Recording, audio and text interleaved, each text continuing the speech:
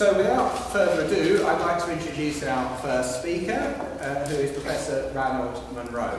Ranald is former head of pathology at the Veterinary Laboratories Agency, former chairman of the Scottish SPCA, and former president of the World Society for the Protection of Animals. Some of you will know that he was chair of the independent panel reviewing the English Badger Cull.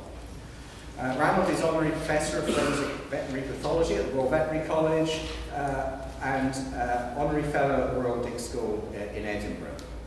Now, Ranald's had a long history of involvement with wildlife issues that impinge on their welfare. And Ranald, I think your ideas were very much in our mind when we were in the embryonic stages of forming the Wild Animal Welfare Committee. And I'm really delighted that you're able to open our conference today, so thank you very much.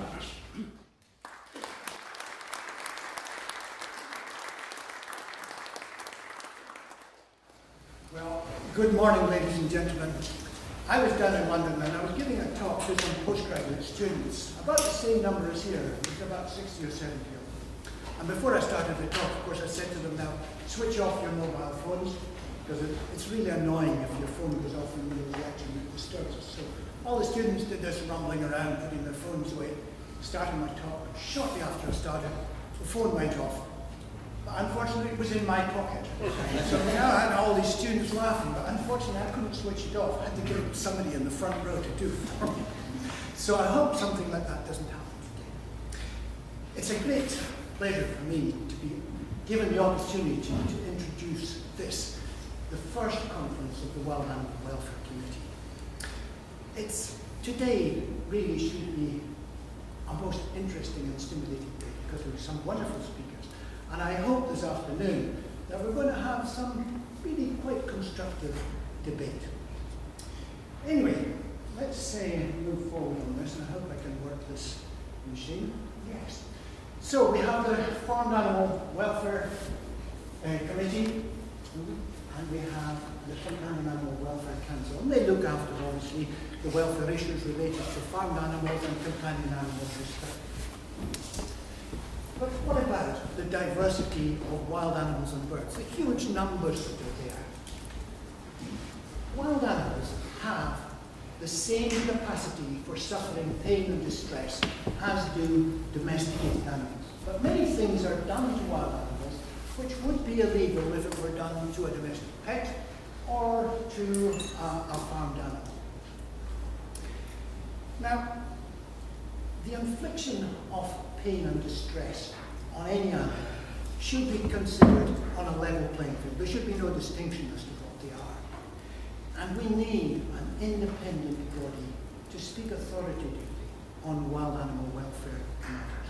And that is the raison d'etre for the Wild Animal Welfare Council.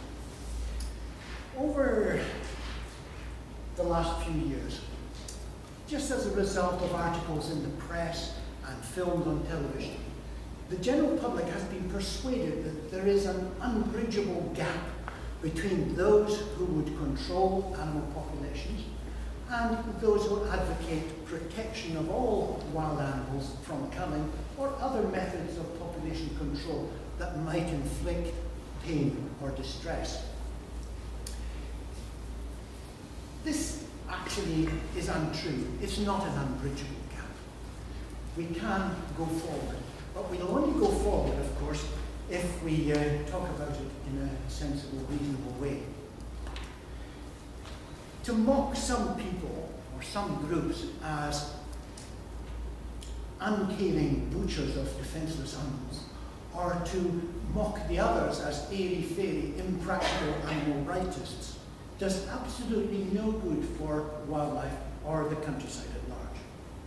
We need to place the animals center stage, and then progress can be made if we keep the focus on that. But the evidence has to be, the discussion has to be evidence-based. We can find a way that is good for the animal populations, but it's also good for the people who depend on and share the land with those populations.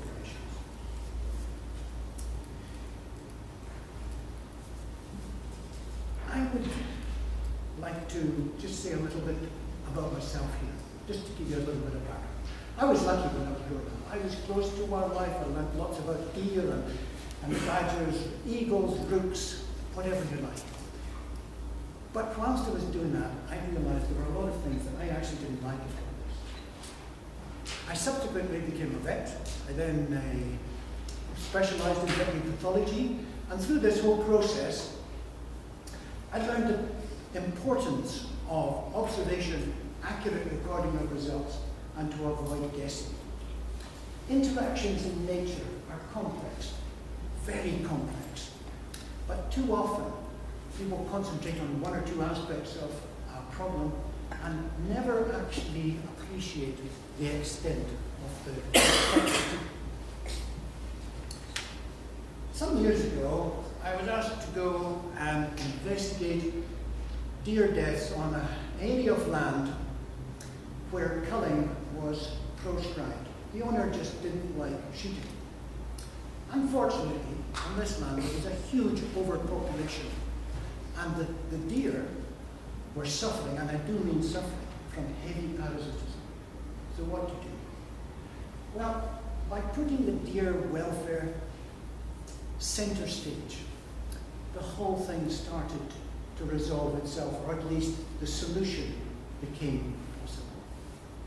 Now, this is in France, this is not the same place, but the translocation of large numbers of deer in this case was completely impractical, and anyway, there are lots of welfare issues related to translocation. Treating the parasitism in the deer was not possible for legal reasons. Leaving the status quo was also not an option because of the ongoing suffering in the deer. So where do we go? Well, we persuaded the owner that he should get a team of professional stalkers onto the land to assess the carrying capacity of the land, and then to cull the deer in a structured fashion to leave the most advantageous balance of hinds, calves, and stags. He also persuaded the owner that he should plan for future culling on the same land. Now, the welfare problems in this particular deer herd were ameliorated because the owner put deer welfare ahead of his own dislikes. I have to tell you, I wasn't asked about it. Now, some of the rationale for population control is very, very weak.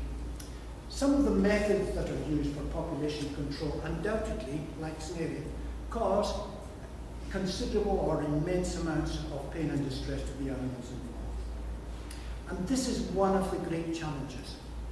And it's also where the WAWC work becomes into its own, has a central role to play.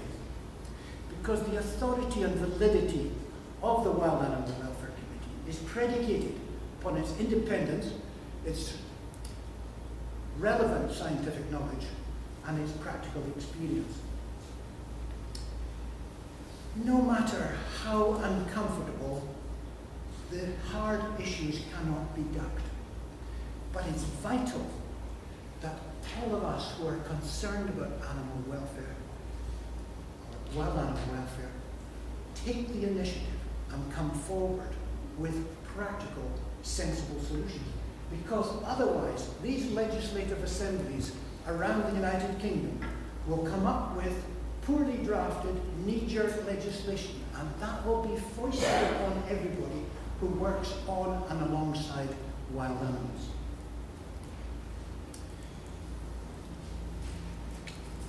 In the early 1980s, I started to talk with estate owners and stalkers about the health and welfare of free-living deer. Now, in some quarters, I was met with absolute incredulity. How can you do anything about the welfare of wild animals? Well, that was then. Nowadays, it's totally different. People talk about shooting standards. They talk about fencing that denies deer access to shelter in the winter time, or denies them access to traditional winter feeding grounds. They can't get in there. What do we do about winter feeding? Is it a good or a bad thing? What do we do about malnutrition and starvation in deer. What do we do about culling, about closed seasons and disease related to the way the deer are managed? All of those subjects are now discussed openly. And you have to say, well, why did that happen? Well, it wasn't because I thought about these things first of all. These things have been thought about for years and years. But what has happened is changed. These things are now up in the air, they're out there, and they're talked openly in meetings.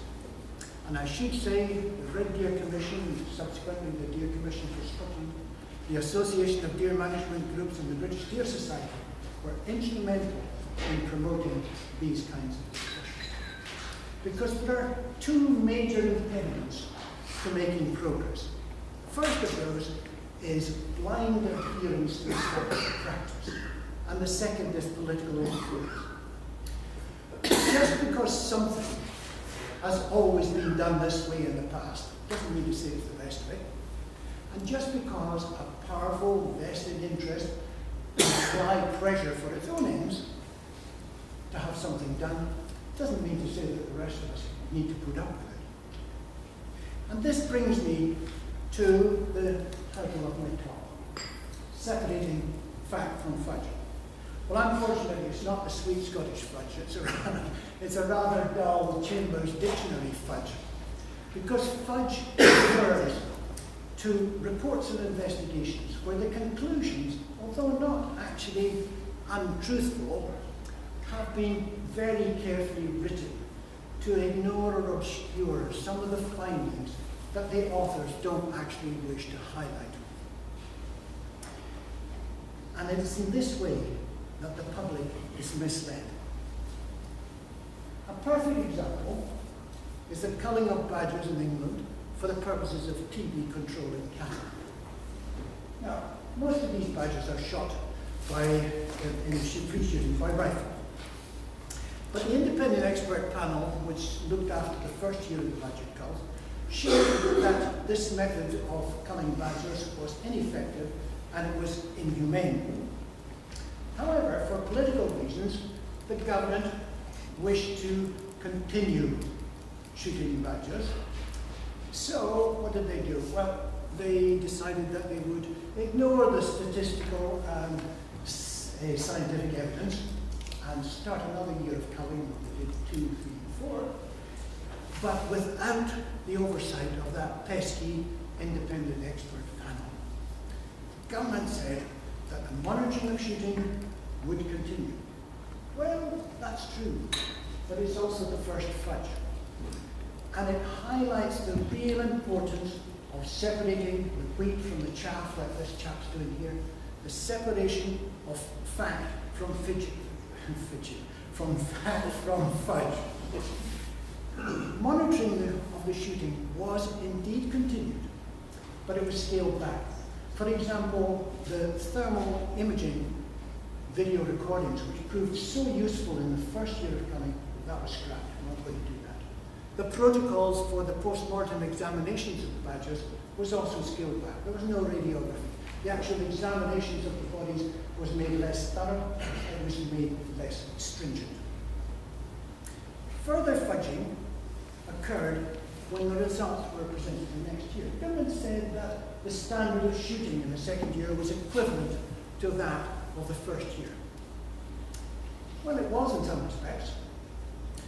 But if you then look at the number of bullet injuries which would not have or were unlikely to have caused rapid death in the badgers, and that's really important because that's where the inhumaneness comes in, you find that this rose from 7% to 13.7%. It did actually double, but this wasn't mentioned in any of the reports that came out from the government.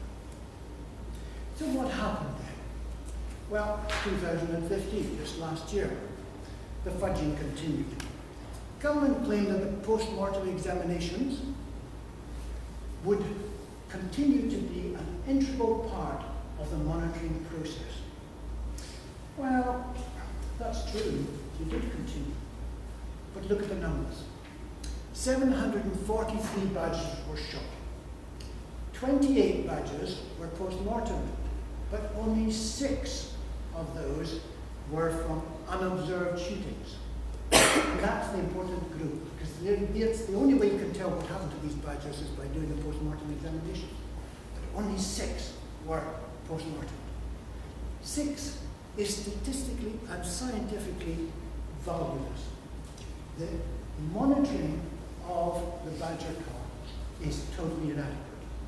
The inhumaneness that has been propagated on the badger population is therefore being fudged. And this is the sort of thing that you can do with many different reports and situations. You need to look at the detail, you need to bring them out, and it's where the WAWC can affect the results, or at least they can correct the misinformation that has been publicly distributed. The WAWC gathers advice from all sides. It's an inclusive body, and it can present independent evidence on wild animal welfare. It will work best for both the animals and the humans who live alongside and share the land if we all engage with this committee and develop a deep, a sound understanding of what the issues really are. Because it's only through that way can we come out the other end with solutions. Now, I know this is going to take time. I know that it's going to be a very bumpy ride. In fact, it will be very similar to, as they say, riding a square-wheeled bicycle. Like this all the way through. Nevertheless, today is a milestone in that journey, and I hope you have a most interesting and enjoyable conference.